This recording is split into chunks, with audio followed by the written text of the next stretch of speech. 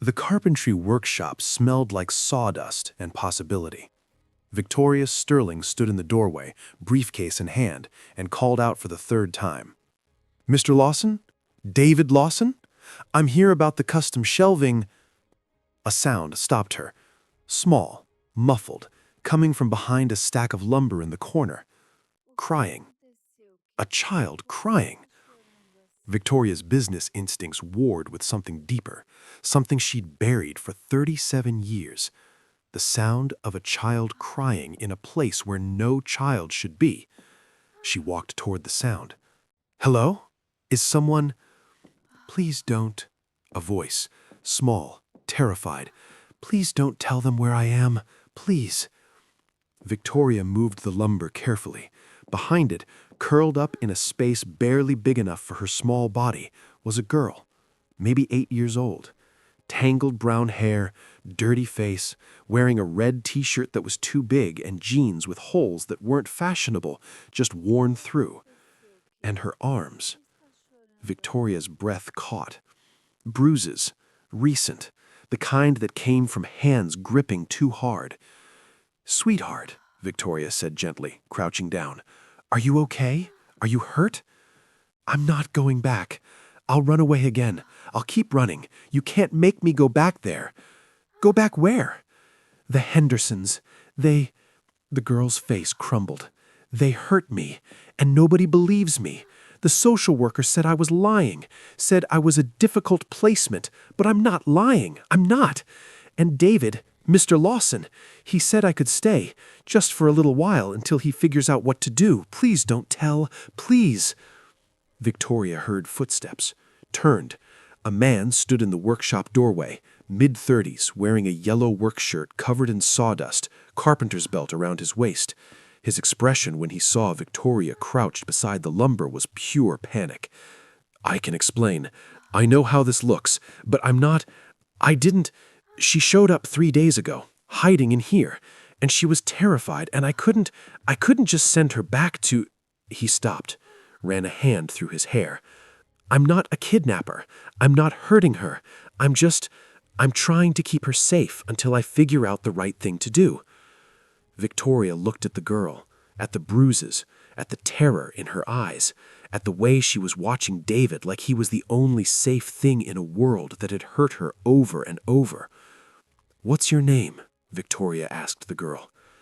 "Emma," the girl whispered. "Emma Rose." "Emma Rose," Victoria repeated. She looked at David. "And you just took her in? Without foster certification? Without legal authority? Do you know what could happen to you?" "I know," David said. His voice was steady despite the fear in his eyes. "I could be arrested, charged with kidnapping, lose my business. But she was sleeping in my workshop for 2 nights before I found her. 8 years old and sleeping on concrete because she was too scared to go back to her foster home. What was I supposed to do?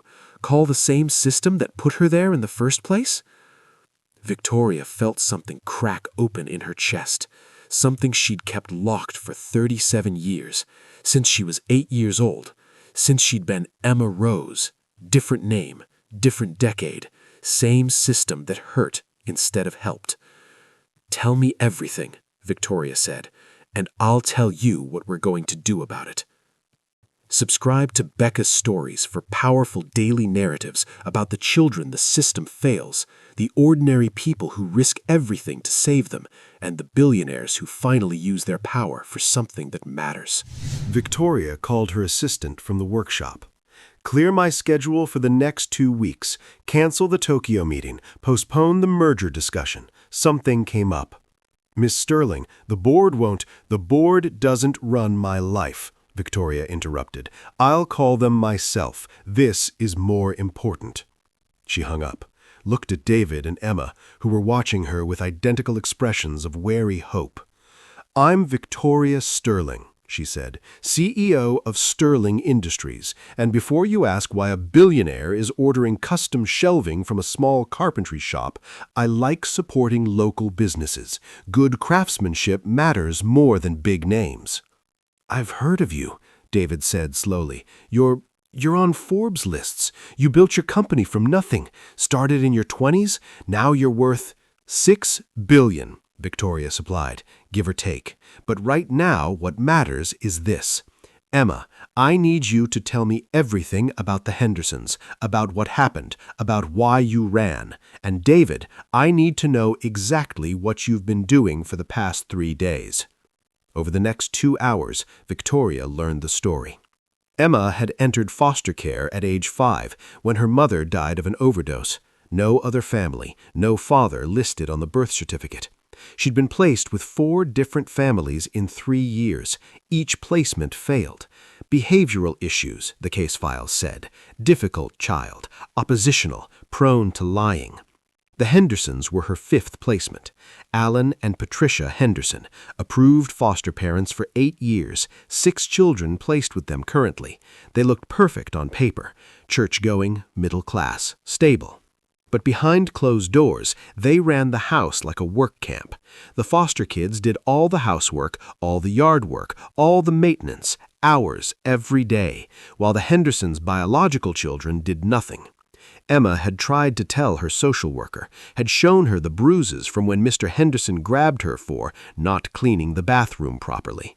The social worker hadn't believed her, had written in the file that Emma was attention-seeking and trying to manipulate the system.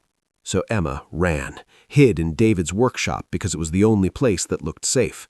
And David had found her on day 3, shivering and hungry, and instead of calling authorities immediately, he'd fed her, given her a blanket, let her sleep in his house, not the workshop, he'd moved her inside once he found her, and spent 3 days trying to figure out what the hell to do. I called a lawyer to understand my options, and he said if I report this and send Emma back into the system, she goes right back to the Hendersons, unless I can prove abuse, which I can't. Bruises fade, and even if I could prove it, she'd just be moved to another foster home, another placement, another chance to be hurt. So I didn't call. I kept her here, and I know that makes me a criminal, but I couldn't send her back knowing what I know. Victoria looked at Emma, at the girl who'd been failed by every system designed to protect her, and she saw herself, 37 years ago. Different foster home, same story. Different bruises, same caseworker who didn't believe.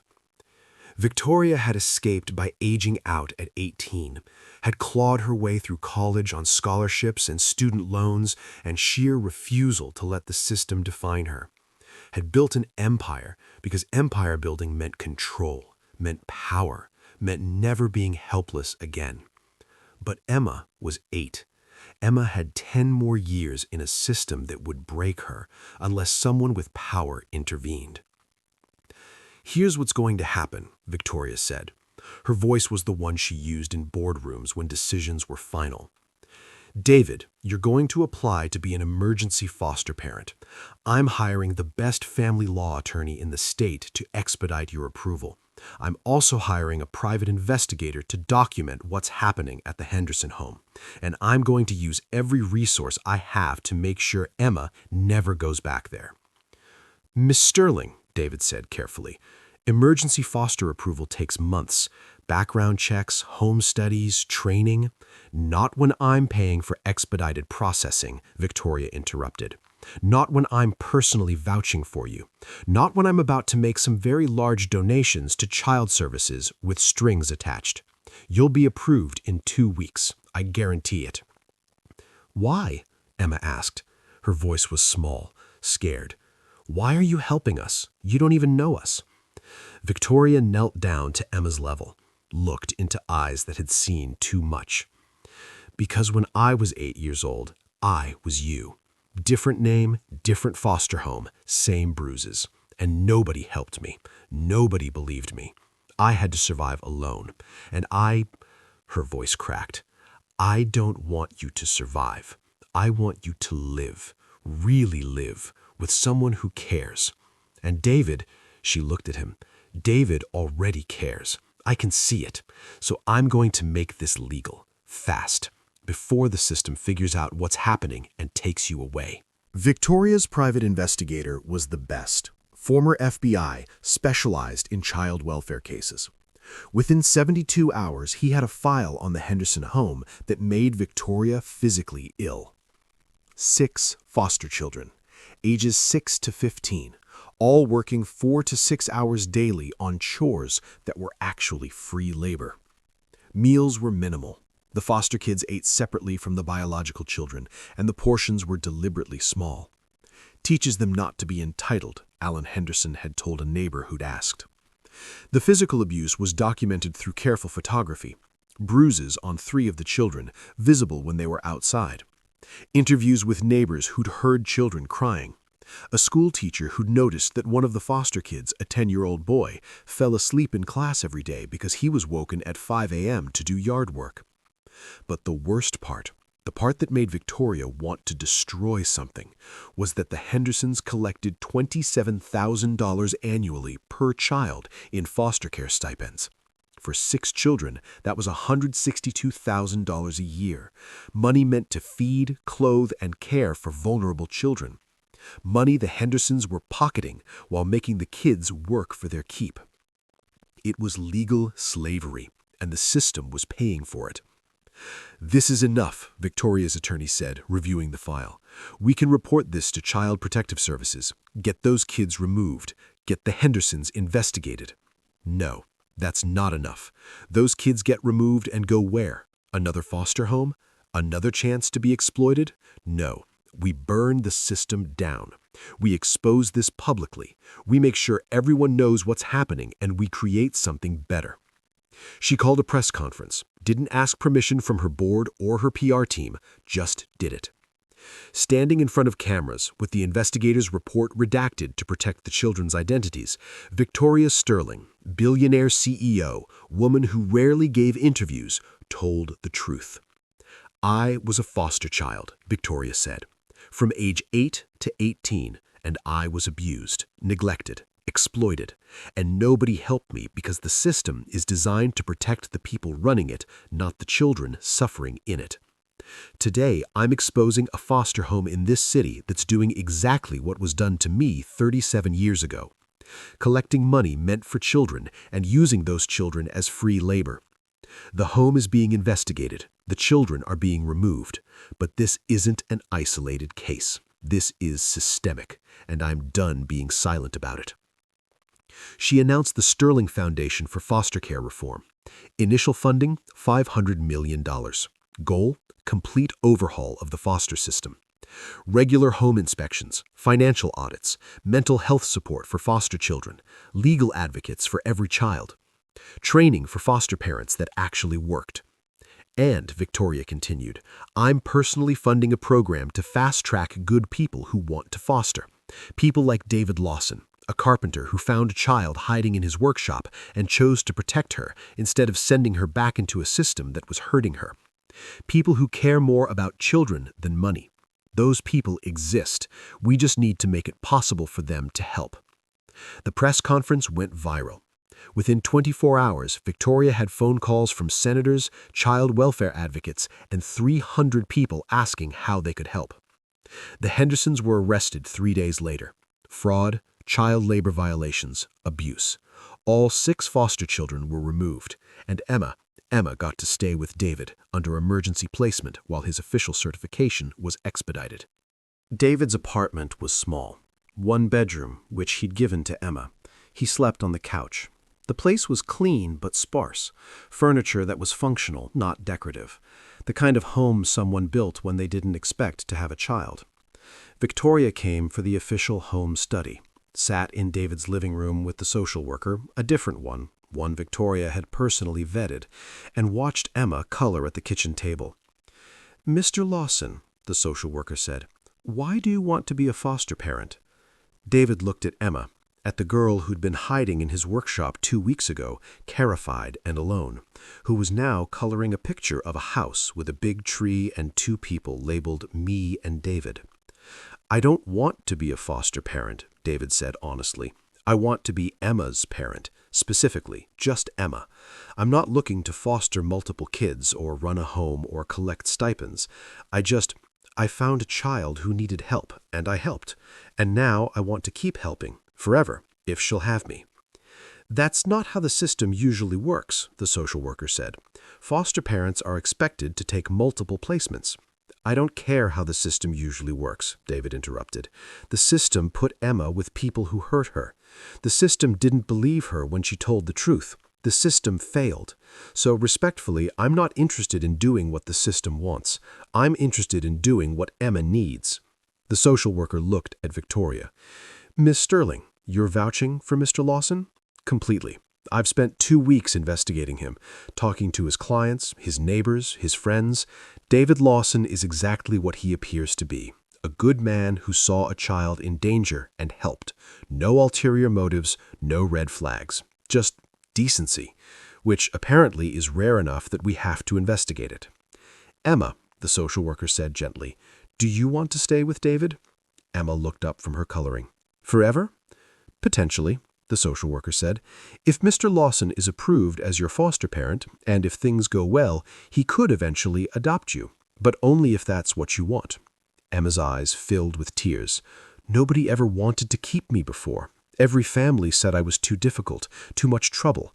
But David says I'm not trouble. He says I'm just a kid who's been through hard things, and he doesn't get mad when I have nightmares, and he makes me breakfast every morning, and he's teaching me about wood and how to build things, and she looked at David, I want to stay. Please, please let me stay. David's voice was rough with emotion. I want you to stay too, kiddo, more than anything. The social worker made notes, asked more questions, inspected the apartment, Emma's bedroom, which David had painted pink, Emma's favorite color, and filled with books from the library. Talked to Emma privately, making sure she wasn't being coached. Finally, I'm recommending approval. Provisional foster placement for 6 months, then reassessment. If things continue well, Mr. Lawson can file for adoption. Emma launched herself at David, hugged him so tight Victoria could see his ribs compress. And David, this carpenter who'd risked everything to protect a child he barely knew, held her like she was the most precious thing in the world. Victoria excused herself, went to the bathroom, and cried. 37 years ago, nobody had fought for her. Nobody had risked anything. She'd survived through sheer stubbornness and luck. But Emma had David, and Victoria, and a chance at something Victoria never had, a childhood that didn't have to be survived. 3 months into Emma's placement with David, the Hendersons' trial made national news. 6 children testified. All told the same story. Work, minimal food, bruises for disobedience. One boy, 12 years old, testified that he'd been doing the Hendersons' lawn care business, mowing neighbors' yards, and they'd kept all the money he earned. The jury convicted on all counts. Alan and Patricia Henderson were sentenced to 8 years in prison. Their foster license was permanently revoked. But the trial revealed something worse. The Hendersons weren't an isolated case. Across the state, 37 other foster homes were flagged for similar issues. Children working, money disappearing, abuse ignored. The system was broken, fundamentally, catastrophically broken. Victoria threw herself into reform, used her foundation to fund emergency removals, created a 24-hour hotline for foster kids to report abuse anonymously, hired advocates who actually believed children when they spoke, funded mental health services. And she met the other children, the 5 who'd been with Emma at the Hendersons, kids who needed homes and safety and people who cared. David's apartment was too small for 6 kids, but Victoria's resources weren't. I have a proposal, Victoria said one Sunday dinner at David's place, a tradition they'd started, Victoria bringing expensive takeout and Emma setting the table. I own a property, 6 bedrooms. It was my father's house before he died. I've been trying to figure out what to do with it, and I think maybe it becomes a home. For Emma, for you, and maybe, if you're willing, for the other kids who need someone like you. David stared. You want me to take all 6 kids? I want to create a small group home, Victoria clarified. You as the primary caregiver. We hire support staff, a cook, a counselor, a tutor. I fund everything, but it's not an institution. It's a home with someone who cares running it. You, if you're willing. That's a massive commitment, David said. I'm just one person. You're not, Victoria interrupted. You have me, and you'll have staff. And those kids, they've already been through hell. They need stability, someone who sees them as people, not problems. And you're that person. Emma's proof. Emma, listening from the kitchen, piped up, "Can I have my own room still, or do I have to share?" "Own room," Victoria confirmed. "Everyone gets their own room. And a workshop in the garage for your dad to teach woodworking. And a big kitchen for family dinners. And," she looked at David, "and a chance for 6 kids to have what Emma has, what I never had. A home." David looked at Emma, at the girl who'd been hiding in his workshop 4 months ago, terrified, who was now thriving, growing, laughing, healing. "Okay," David said, "let's do it. Let's give them a home." Moving day was chaos. 6 kids, ages 8 to 15, all traumatized, all wary, all moving into a house that was bigger than any place they'd ever lived. Emma appointed herself tour guide, showed everyone their rooms, explained the rules David had created. No work except normal chores. School comes first. Nightmares are okay. Mr. David doesn't yell. And Sunday dinners are mandatory because that's when Miss Victoria brings food and we're all family. The youngest boy, Marcus, 8, same age as Emma, whispered to David, "Is this real or is it temporary?" "It's real," David promised. "I'm not sending anyone away. You're safe here, all of you." Watching this, 6 children learning to trust again, 1 carpenter creating a family from broken pieces, Victoria felt something she'd never felt before. Not accomplishment, not success, but purpose, real purpose. The kind that came from using power to heal instead of just accumulate. She came to Sunday dinners every week, learned the kids' names, their stories, their dreams, funded therapy for all of them, created college funds, made sure David had whatever resources he needed. And slowly, so slowly, the kids healed, started smiling, started believing they mattered. One night, 6 months in, Emma found Victoria sitting on the porch. "Miss Victoria, can I ask you something?" "Always," Victoria said. "Were you really a foster kid like us?" "Yes," Victoria admitted, "from age 8 to 18. And it was hard, really hard. Nobody protected me, nobody fought for me. I survived, but I was angry for a long time, at the system, at the people who hurt me, at everyone." "Are you still angry?" Emma asked. Victoria thought about this. "Sometimes, but mostly I'm grateful." "For what?" "For you," Victoria said simply. "For David. For getting a chance to make sure other kids don't go through what I went through. I can't fix my past, but I can fix the future. That's enough." Emma hugged her. "You're like our bonus mom, the mom who showed up later but still counts." Victoria felt tears threatening. Bonus mom. I like that. "Good," Emma said, "because we're stuck with us now. All 6 of us. Forever." "Forever," Victoria agreed. 2 years after Emma hid in David's workshop, the house was full. 6 kids, all thriving, all in therapy, all learning that adults could be safe, that homes could be permanent, that family was something you built, not something you were born into. David officially adopted Emma after 1 year. The paperwork went through with Victoria's legal team expediting every step. Emma Rose became Emma Rose Lawson. She cried at the courthouse. So did David. So did Victoria. The other 5 kids were on the same path, permanent placement, moving toward adoption. David Lawson, carpenter who'd found a child in his workshop, was now father to 6, legal guardian to all, adoptive father to 1, working on 5 more. Victoria's foundation had reformed foster care across the state. Regular inspections, financial audits, child advocates in every case. The number of abusive foster homes had dropped by 60% in 2 years. It wasn't perfect, but it was better. And the Sterling home, officially a small group home, unofficially David's family, became a model, Other cities wanted to replicate it. Victoria funded 3 more homes in other states, found 3 more people like David, good people who cared more about children than money. On the 2-year anniversary of Emma hiding in the workshop, they threw a party. All 6 kids, David, Victoria, the staff who helped run the house. Cake and balloons and chaos. Emma pulled Victoria aside. "Miss Victoria, I made you something."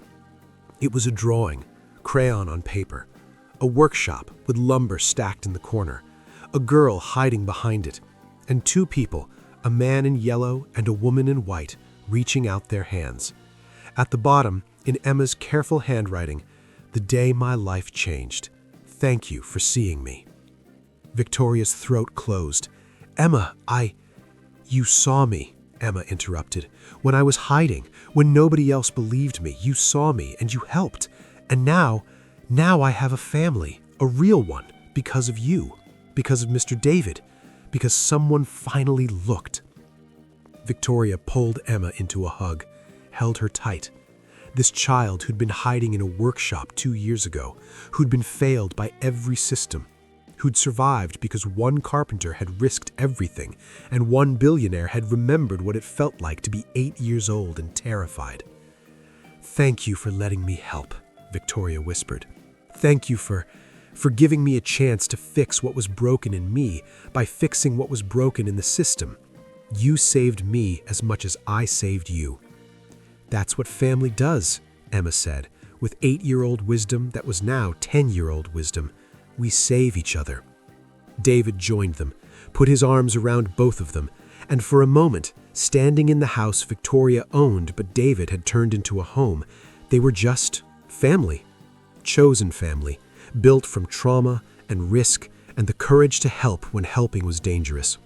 Victoria Sterling, former foster child, current billionaire, forever bonus mom, finally understood what power was actually for. Not building empires, building homes. If this story touched your soul, you've experienced the power of Becca's stories. Subscribe for powerful daily narratives about foster children the system fails, carpenters who risk everything, billionaires who finally use their power correctly, and families built from choosing each other when blood fails. Comment below, what would you risk to protect a child nobody else believes?